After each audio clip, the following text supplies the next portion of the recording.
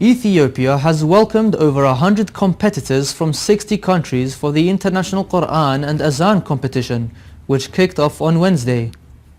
This prestigious 5-day event marks the second round of the Ethiopian International Quran and Adhan Competition Award, organized by the Zayd ibn Thabit Quran Association and the Supreme Council of Ethiopian Islamic Affairs. Participants will not only compete but also explore Ethiopia's rich cultural heritage, as the competition coincides with a surge in tourism, with a 40% increase in visitors over the past 5 years. The event underscores Ethiopia's growing capacity to host international gatherings, supported by a new tourist infrastructure and renovations. The competition is expected to draw significant attention and foster cultural exchange among participants and audiences from around the globe. Area in Ethiopia. Now, Ethiopia, of course, is a Bible land, mentioned dozens of times in the Bible, but since November 2020, it has been in the grip of a brutal civil war. According to some estimates, a team of researchers recently studied this very closely. At least 500,000 people have been killed as a result of the Ethiopia civil war. And folks, that's 500,000 in only the past 18 months. By comparison, in Syria, that civil war stretched on for over a decade. You had 500,000 killed there, but in Ethiopia, in only 18 months. So it is a brutal, brutal conflict, and Christians have been in the crosshairs. Followers of Jesus, churches, intentionally targeted by Ethiopia's federal government. Here is the inside story of Ethiopia's civil war and why it matters to you. Hundreds of thousands of people dead, millions more displaced, Christians persecuted, and foreign powers intervening and angling for influence. It sounds an awful lot like what happened in Syria during the height of that country's recent civil war. Yet it's unfolding right now, not in the Middle East, but in the Horn of Africa, where Ethiopia has been locked in a brutal civil war since November 2020. Foreign actors like Russia, Iran, Turkey, and China are supporting Ethiopia's federal government as they seek greater influence and warm water ports in the Red Sea region.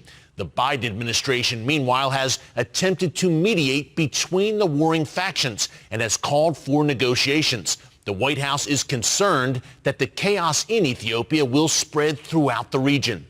Ethiopia is the second most populous country in Africa, with close to 120 million people. Its capital city, Addis Ababa, is the headquarters of the African Union. Again, trying to bring cultures together and people together. And that's what we want to do as Christians.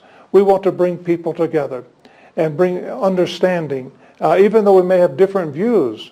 To be able to love one another. Yes. That's so important. And as a Christian, that's what we want to focus on, is how can we bring people together through Jesus Christ.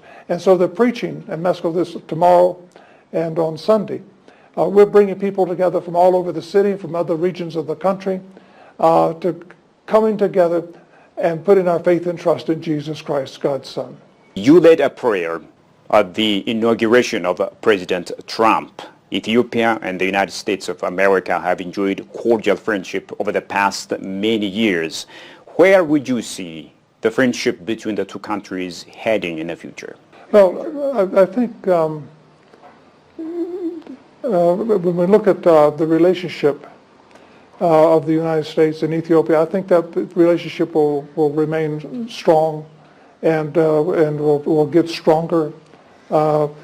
President Trump cares about people, and he wants to bring an end to the war in Gaza. He wants to bring an end to the war in Ukraine, and he's a very decisive person, and so he wants peace. And I believe that he will be a great influence, not only in Europe and the rest of the world, but especially here in Africa. Well, Reverend, many thanks for your time, and thank you so much for giving me this opportunity. I really, really appreciate it.